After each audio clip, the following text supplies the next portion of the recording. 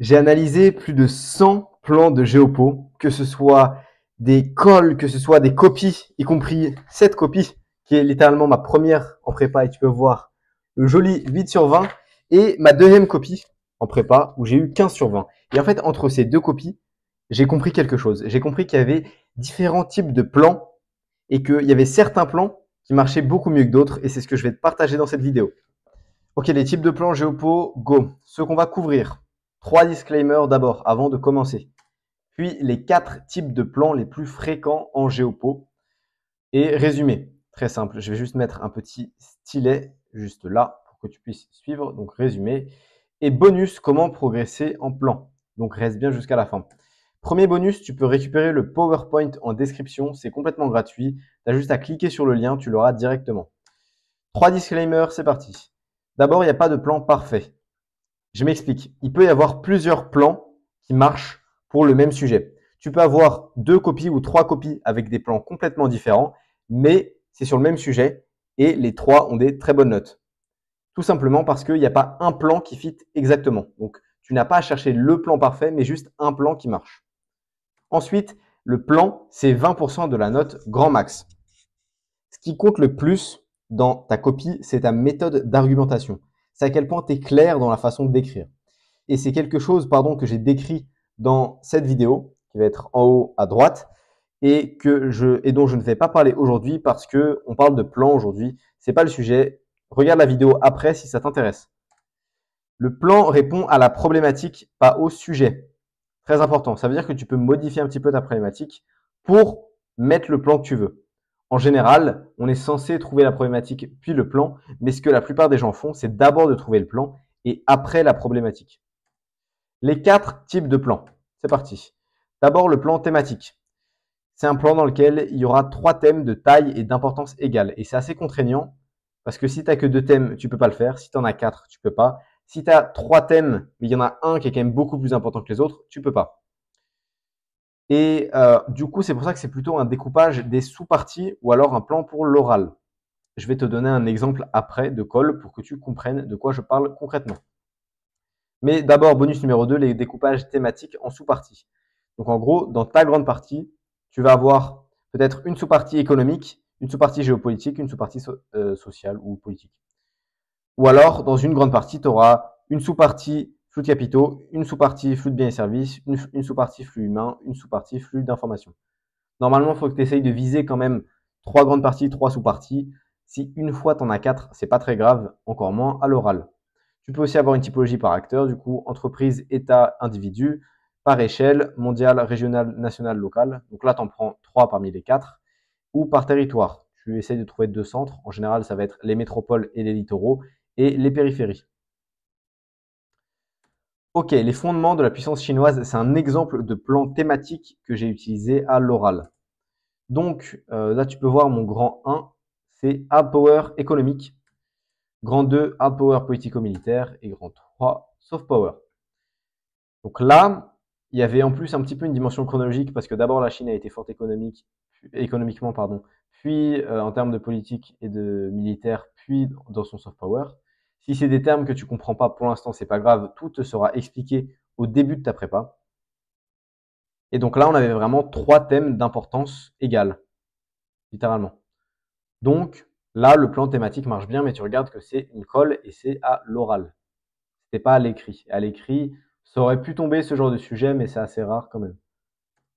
Le plan chronologique maintenant. C'est un plan dans lequel tu vas découper tes 3 grandes parties. Ça va être 3 périodes du sujet. C'est très important que les changements soient plus importants que les continuités. Je l'encadre carrément. C'est le truc qui va faire que tu vas pouvoir justifier tes césures. Donc les césures, c'est les moments de changement d'une partie à une autre. Il faut que tu puisses les justifier de manière très claire, sinon c'est pas le bon plan. C'est pour ça que souvent à l'écrit, c'est pas une bonne idée et qu'on va plutôt le garder pour l'oral. Et on va passer directement au plan géographique. Plan géographique, il y a 3 variantes. C'est quand tu as un sujet géographique, il y en aura un comme exemple après pour te montrer à quoi ça ressemble. Donc première variante, cause, description, conséquence. Deuxième, description, cause, conséquence. Donc tu inverses juste ces deux-là. Et ensuite, description, cause, typologie. Tu pourrais aussi faire cause, description, typologie. C'est plutôt un plan d'oral, mais il est moins rare que le plan, pas géographique, pardon, mais le plan historique, ou chronologique plutôt, à l'écrit. Et là, j'ai un exemple de sujet décrit après, qui est l'émigration internationale, un phénomène démographique, économique et géopolitique. Là, c'est le corrigé de mon prof pour te montrer le plan que lui a fait, parce que moi, j'avais pas fait un plan géographique, mais en vrai, son plan marche pas mal. Donc là, tu peux voir directement, grand 1, il décrit juste, ça augmente sans exploser, et malgré le concept de mondialisation migratoire, ils sont moins mondiaux que ce qu'on pourrait croire. Il décrit, point. Donc d'abord, il y a des flux PDEM, PED, PDEM, puis il y a des flux nord-sud et nord-nord, puis il y a des flux sud-sud. Il décrit, il n'explique pas pourquoi. Ensuite, grand 2, cause. Des flux s'expliquant par de multiples facteurs souvent mêlés. Et donc là, il fait un petit peu thématique en fait. Tu vois, il y en a trois types de facteurs. Donc d'abord croissance démographique, puis économique, puis politique et géopolitique. Enfin, grand 3, des conséquences démographiques, économiques et géopolitiques qui sont ambivalentes. Là, tu vois bien que c'est carrément les conséquences. Il y a le mot conséquence. Et là, il a fait un truc un petit peu par fait une sorte de thématique en fonction des pays, en fait, parce que là, il a d'abord fait pays de départ, puis pays d'accueil, puis entre les pays de départ et pays d'accueil. Donc les pays entre, en fait. Ok, maintenant on passe au plus important, le plan dialectique. Le plan dialectique, c'est carrément le meilleur plan. Sur 70% des bonnes copies que j'ai lues, il y avait un plan dialectique. Au moins. Et ce qui est bien, c'est que tu peux tourner la problématique pour qu'il y réponde. Tu te rappelles du troisième disclaimer de tout à l'heure?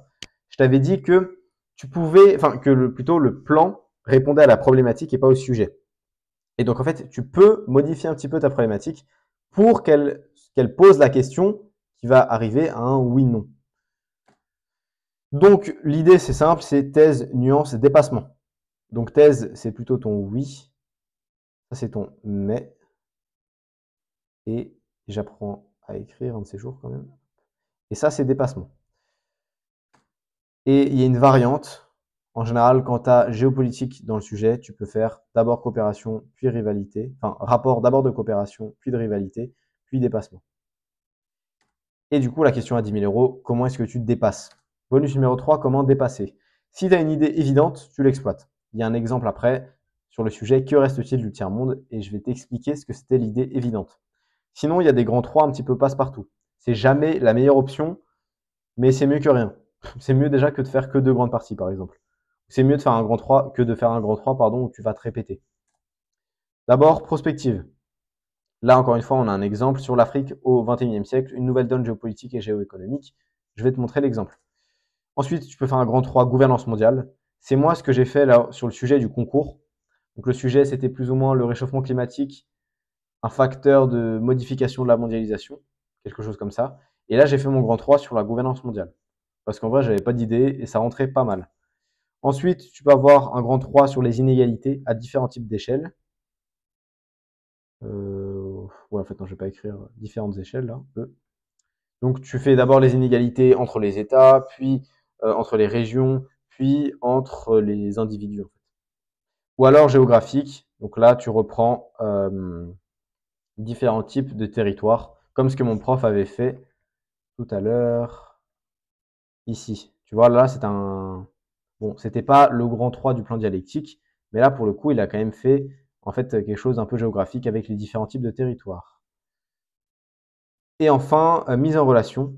Et donc là, c'est quand tu as un et dans le sujet. Donc dès qu'il y a un et, c'est quasiment à 100% un sujet de mise en relation. Il va falloir que tu interroges les relations entre les deux acteurs en question. Donc là, on a l'UE et les consommateurs. Il va falloir que tu interroges les rapports de l'UE vers les consommateurs, des consommateurs vers l'UE, comment ils interagissent, etc. D'abord, exemple 1, que reste-t-il du tiers-monde? Je te rappelle que c'est la solution évidente. Donc là, regarde, je te montre ça. J'avais comme problématique, du coup, comment le concept de tiers-monde a-t-il survécu et à l'émergence? D'abord, j'ai dit qu'il a été atténué par mondialisation. Donc là, c'est ma thèse. Ok?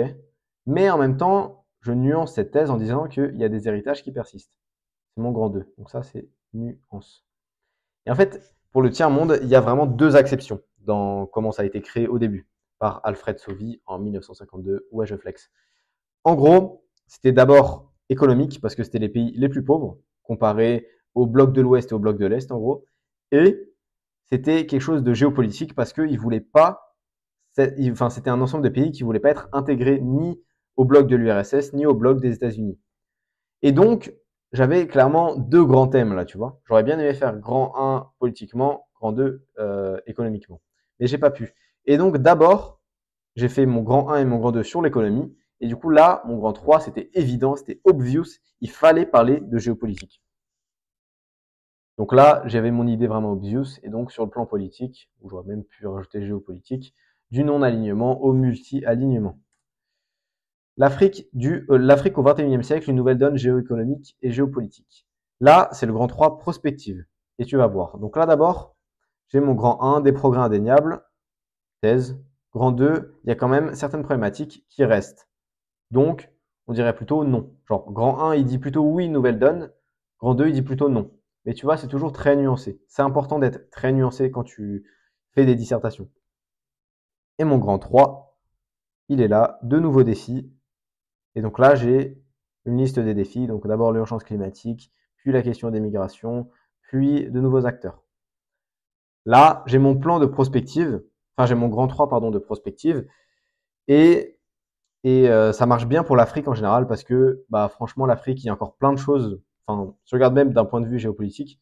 C'est vraiment l'endroit où il y a toujours les nouveaux défis. On va voir comment ils vont réussir à, genre la plupart des pays, à sortir de la pauvreté et tout. Et donc, le grand 3 prospective marche plutôt très bien pour l'Afrique. Ensuite, et même enfin, l'UE et les consommateurs. Donc là, je te rappelle, c'est le sujet de mise en relation. Il y a le et.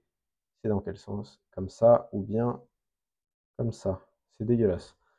L'UE et les consommateurs. Et je vais même effacer. En fait, non, j'ai la flemme d'effacer, ça sert à rien. Ça ne nous dérange pas là. Donc là, j'ai mon grand 1. L'UE a d'abord entrepris des mesures d'harmonisation pour favoriser les consommateurs. Je te le dis au cas où au cas où c'est un petit peu flou là. Ensuite, grand 2, mais il y a une politique de la concurrence qui a aussi ses vices. Et une politique productiviste. Et donc, c'est aussi un problème en fait pour les consommateurs. Donc là, j'ai plutôt ma thèse, ma nuance. Ma thèse, c'est que l'UE aide. Ma nuance, c'est en fait, il y a quand même certains points sur lesquels ils aident pas trop. Et grand 3, j'interroge dans l'autre sens. Comment est-ce que, là, du coup, c'était à chaque fois l'UE qui interagit pour les consommateurs, tu vois. Là, on était, je vais effacer ça.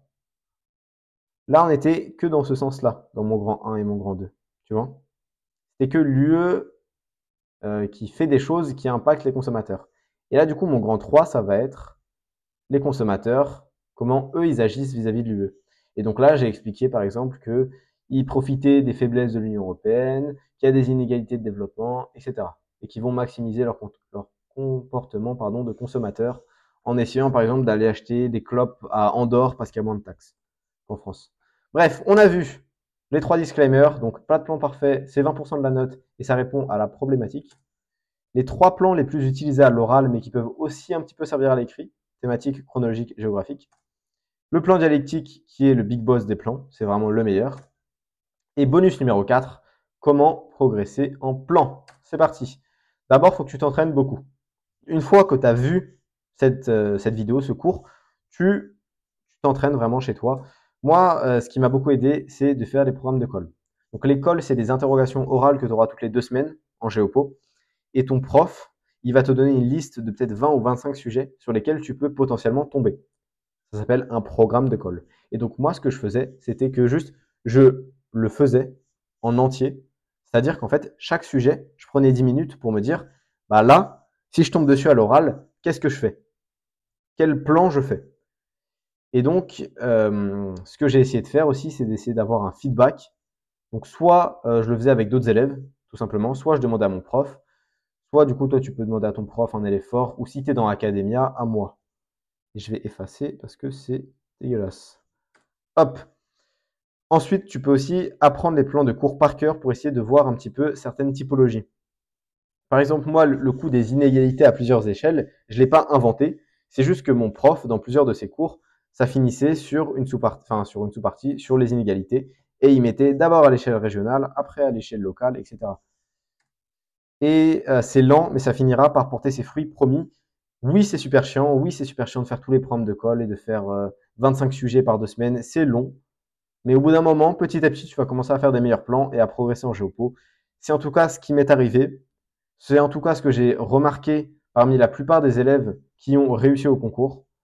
Donc c'est juste de l'entraînement. T'en fais beaucoup, ça va marcher.